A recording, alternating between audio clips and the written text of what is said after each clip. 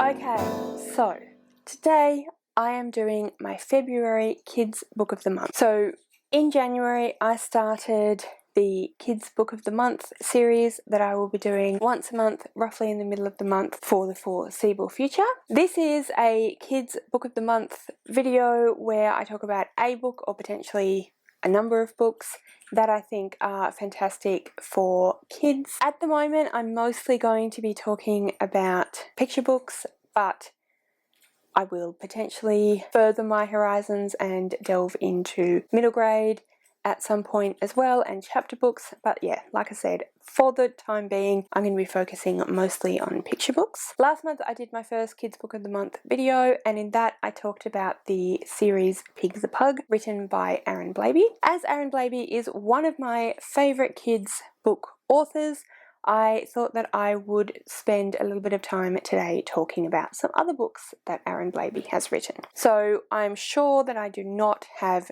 the full extent of Aaron Blabey's picture book titles, but I just wanted to talk you through some of the books that I think are great, as well as Pig the Pug. So if you have watched my Pig the Pug video, I will link it in the description below so you can go and check that out, and in the eye just up here as well. If you've watched that video, you know that one of my favourite things about Aaron Blabey is the pictures, and the same is true of all of his other books. Aaron Blabey is a graphic designer and illustrator, as well as obviously an author, so he does both the text and the pictures. And yeah, I just think that that's amazing. I think that his pictures are just really lovely, really simple, and really striking.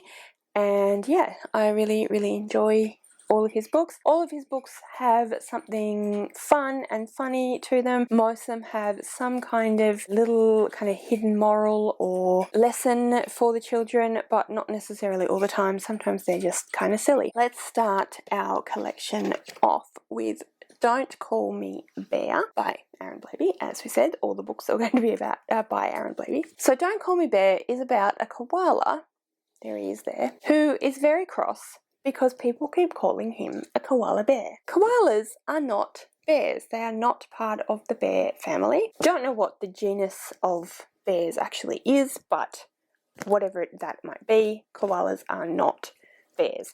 They are marsupials, so they have pouches. They're young, they have a natural birth canal birth, and then their young travel up their body and eventually get to their pouch, where they then develop and grow and live until they are old enough to come out and be their own koalas. So this is a book that is a lot of fun. It's very silly, it's very funny, but basically the lesson for children is that koalas aren't bears.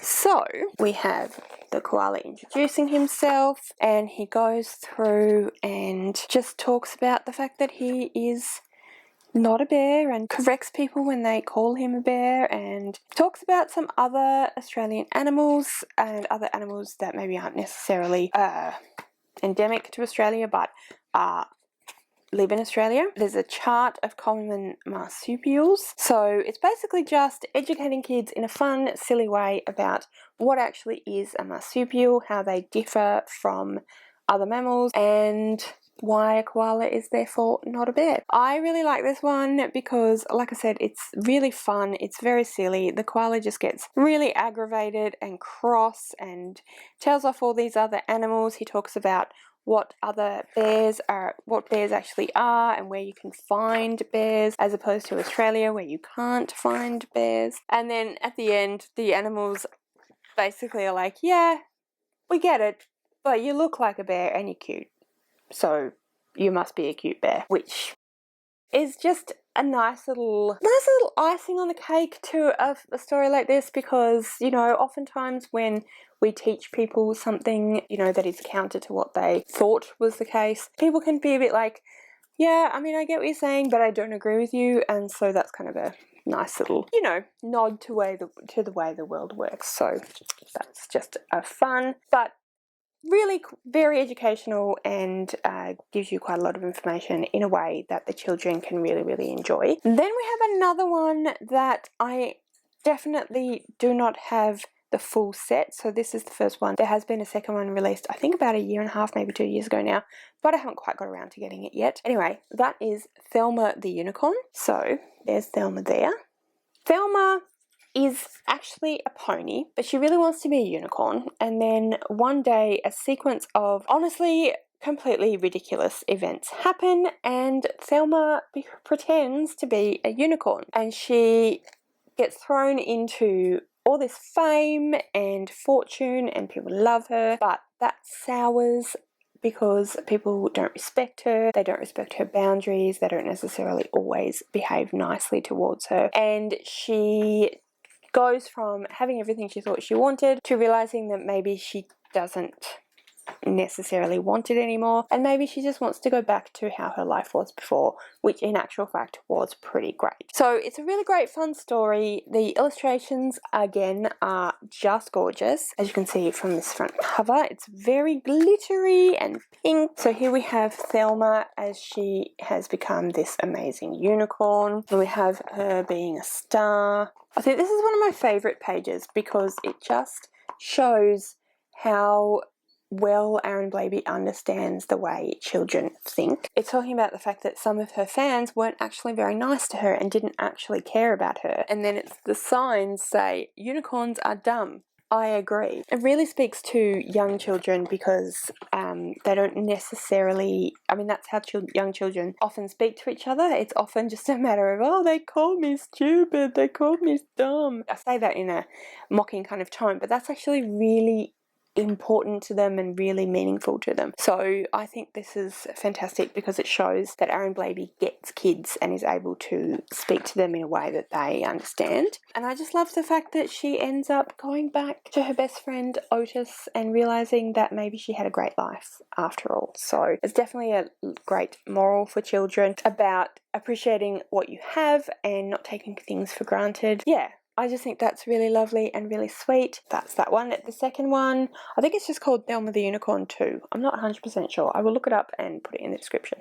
Next up, we have a book that is mostly just silly, really, to be honest with you, but some of the message is about trying new things and not being afraid of new things, and that is Piranhas Don't Eat Bananas. Yeah, so a whole bunch of piranhas are swimming around and they have one of their gang who likes eating bananas and they can't figure out why because they're piranhas, they don't eat fruit, and he just basically talks about how amazing fruit is and why they should love fruit, and it's all about that. It's all about rhyming, it's all about funny jokes about what piranhas actually eat. So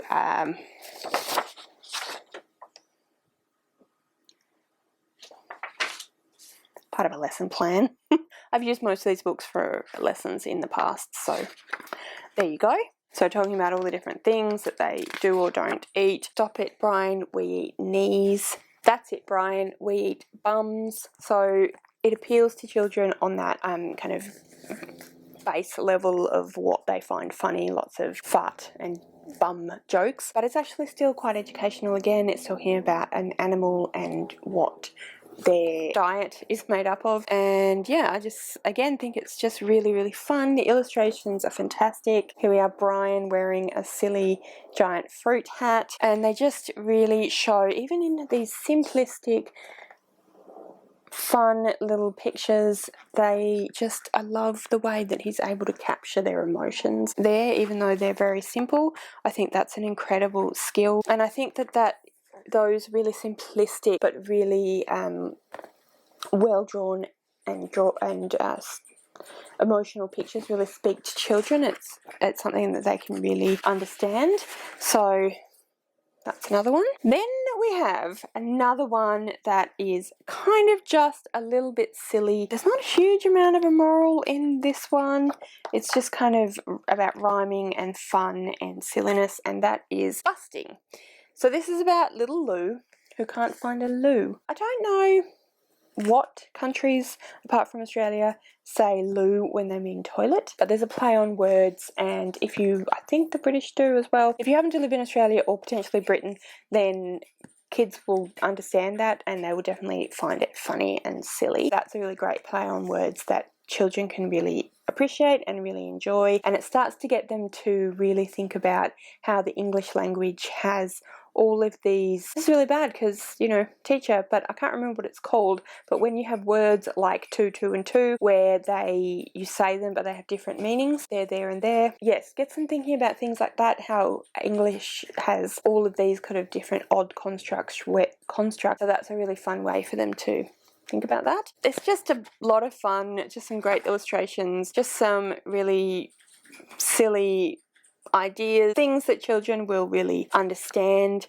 about, you know, having to wait for something that you don't want to wait for or can't wait for, what you do in situations where things aren't going according to plan. So there's a huge queue for the loo, so Lou doesn't know what to do, and so he runs off to try and find himself another toilet. It goes through where's all the different places that Lou could use to go to the toilet. Can he go to the toilet in a shoe? Can he go to the toilet behind some bamboo, in a canoe? Lots of rhyming, lots of fun with words and play on words, but at the end of the day he decides that that's too rude and that he needs a toilet. And then he manages to find a toilet, and it ends up with some more play on words because he did a great big steaming, and we all know what we think we're going to hear.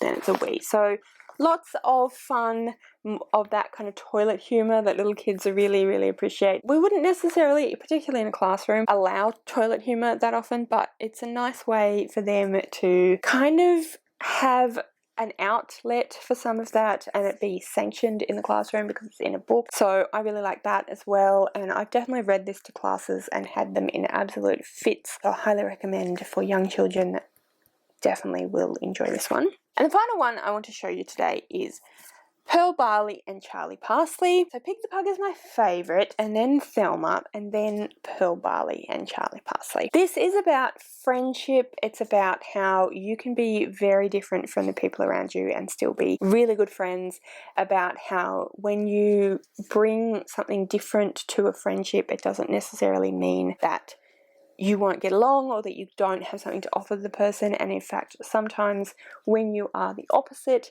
you can offer something to someone that they wouldn't have experienced otherwise. So I think that's just a beautiful moral, beautiful story for children to learn, and a lovely way for them to explore friendships and what's important and what's great about friendships and what's great about having people that are different to you in your life. So we have Pearl, who is very out there, very energetic, very outgoing, and then we have Charlie, who's very quiet and very insular and very introverted, but they complement each other really, really well, because while Pearl loves to talk, Charlie will quietly sit and listen to her. So it goes through all the things that are different about them, but how that works, and talks about the way that they complement each other anyway. So for example, when Pearl Barley forgets her mittens on cold winter days, Charlie Parsley holds her hands and make them as warm as toast. So even though Pearl is outrageous and forgetful, Charlie's there to help her out. When Charlie Parsley feels scared of scary things, Pearl Barley makes him feel brave. So it's just really lovely story, and again the illustrations are just beautiful. Again, they have that very simplistic style that Aaron Blabey is known for. That's how he draws, but it's really great the way it shows the different aspects of their personalities in there. So for example, here we have Charlie being very scared, and then Pearl, it looks all very scary, but it's actually Pearl coming in, which is a lovely play on fear. And then we have here when Charlie's feeling very small, Pearl picks him up like a doll. So it just really shows the way that sometimes you can feel like that. You can feel really small and alone, and it's nice to have someone that comes along and helps you out, and that might feel like they're a nice big safe cuddle. So yeah, I just really love this book. I think it's absolutely gorgeous. I think it's a great one for children in general. I think it's a really, really fantastic one for younger children who are learning about friendship and about the importance of friendship, how to be friends with each other. And I think it's also a really great book for children that might struggle with making friends or might struggle with different ways that they feel like they don't fit in or something like that. So yeah, highly recommend all of these books. I think they're all fantastic. Aaron Blabey, as I've said, is an absolutely amazing kids author. He also writes a series of middle grade book called Bad Guys, middle grade books I should say, called The Bad Guys, which I will show you at some point. I'm just being attacked by a cat. Excuse me. Hey, excuse me. So here we have all the books. Like I said, I'm sure there are many more. That's it for today. Thank you all so much for watching. I really hope you enjoyed this video. If you have any thoughts on any books that you'd like me to talk about in these videos, please comment below and let me know. If you've read any of these books, please let me know, or if you're keen to get your hands on any, I'd love to know that as well. So yeah, like I said, thanks so much for watching, and I'll see you next time.